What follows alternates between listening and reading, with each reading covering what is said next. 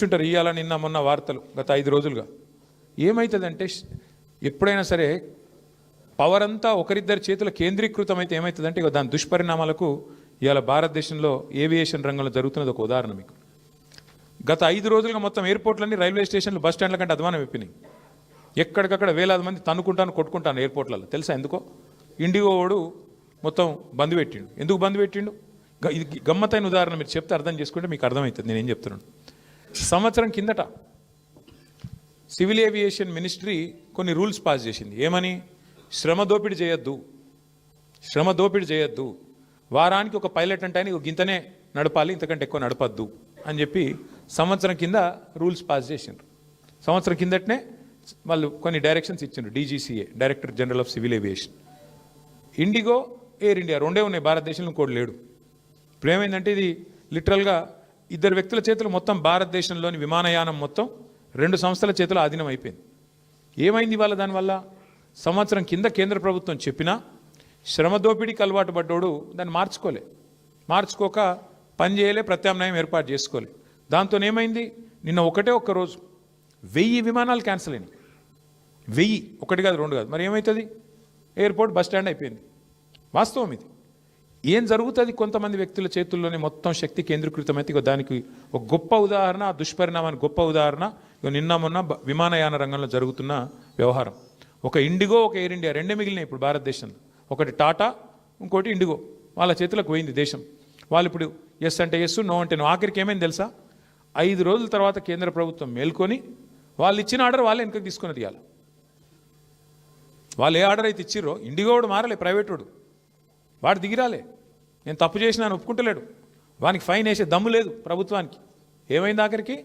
ప్రభుత్వం ఇచ్చిన ఆర్డర్ ప్రభుత్వం వెనక్కి తీసుకుని ఇంకొక టైం ఇస్తాము అని చెప్పి తగ్గక తప్పని పరిస్థితి వచ్చింది. ఏమవుతుంది? శక్తి మొత్తం, సంపద మొత్తం కొంతమంది చేతుల్లో కేంద్రీకృతం అయితే అంటే ఒక గిదవుతుంది. పోర్టులు, సీ పోర్టులు, రైల్వేలు మొత్తం ఇచ్చేస్తే ప్రైవేటులకు, అది కొంతమంది చేతుల్లోనే ఉంటే వాడు మునిగితే మొత్తం దేశం మునుగుతుంది. దానికి గొప్ప ఉదాహరణ ఇవాళ మన కళ్ళ ముంగటనే కనబడతా ఉన్నది. ఇంకొక విచిత్రమైన మాట నేను మీకు చెప్తా, మీరు నేను చెప్తే నమ్మరు. ఇలా ఈ ప్రభుత్వము, ముఖ్యంగా కేంద్ర ప్రభుత్వం ఏం పని చేస్తుందంటే వాళ్ళకు నచ్చినోళ్ళ కంపెనీలో LICతో పెట్టుబడి పెట్టిస్తుంది. మీరు PF గురించి వాళ్ళు 1-2 కోట్లు కాదు పెట్టింది పెట్టుబడి, 50,000 కోట్లు వాళ్ళకు నచ్చినోళ్ళ కంపెనీలో పెట్టుబడులు పెడుతుంది LIC. ఇది జరుగుతుంది ఇలా దేశం.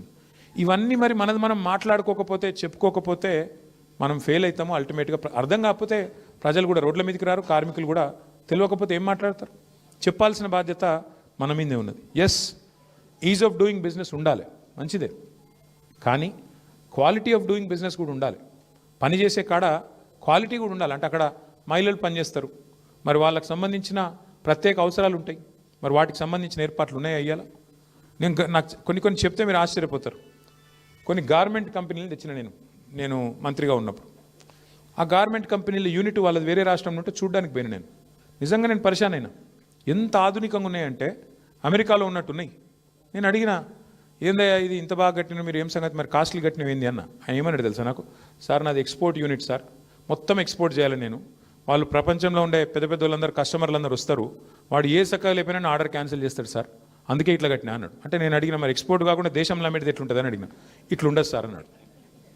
అంటే మన పరిస్థితి ఏంటంటే మనోళ్ళ కోసమైతేనేమో సౌలత్ ఉండాల్సిన అవసరం లేదు, ఎట్లన్నా నడిపిస్తారు, మేనేజ్మెంట్తో నడిపిస్తారు.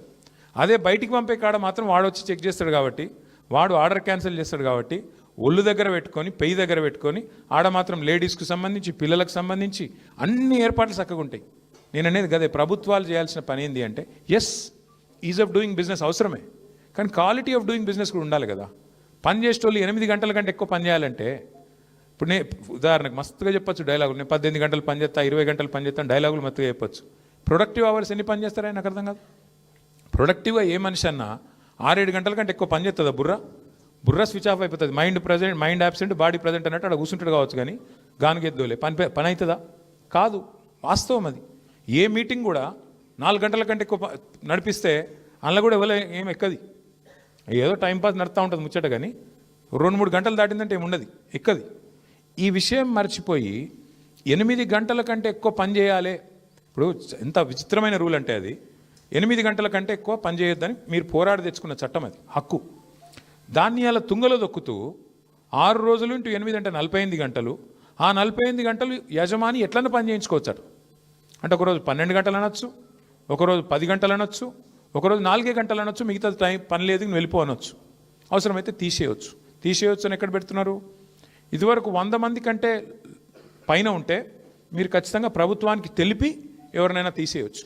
కానీ ఇప్పుడు ఏం చేసినారు? 300లకు పెంచినారు దాన్ని. 300 కంటే ఎక్కువ రోల్స్లో ఉన్న ఎంప్లాయీస్ ఉండే కంపెనీలు ఎన్ని ఉంటాయండి? వాళ్ళ కంపెనీలన్నీ ఏం చేస్తున్నాయి? కాంట్రాక్టు, అవుట్సోర్సింగ్ పేరు మీద 300 మంది లోపల రోల్స్లో పెట్టుకుంటారు. మిగతా వాళ్ళంతా కూడా కాంట్రాక్ట్ల కింద అవుట్సోర్సింగ్ కింద పెడతారు. ఇది ఎవరికి తెలియదు ఈ విద్య. కాబట్టి ఇంత బాహాటంగా మీరు లైసెన్స్ ఇచ్చి ఒకప్పుడు ఎస్ఈజెడ్లు వచ్చినప్పుడు లొల్లి పెట్టినారు. ఇలా మరి మొత్తం దేశాన్ని ఎస్ఈజెడ్ చేస్తున్నారు. ఎస్ఈజెడ్ అంటే ఇక్కడ కార్మిక చట్టాలు ఉండవు, హైర్ అండ్ ఫైర్ ఎప్పుడంటే అప్పుడు చేయొచ్చు, మినిమం డిగ్నిటీ ఉండదు అని చెప్పి లొల్లి పెట్టినారు ఆ రోజు సెజ్జులకు వ్యతిరేకంగా.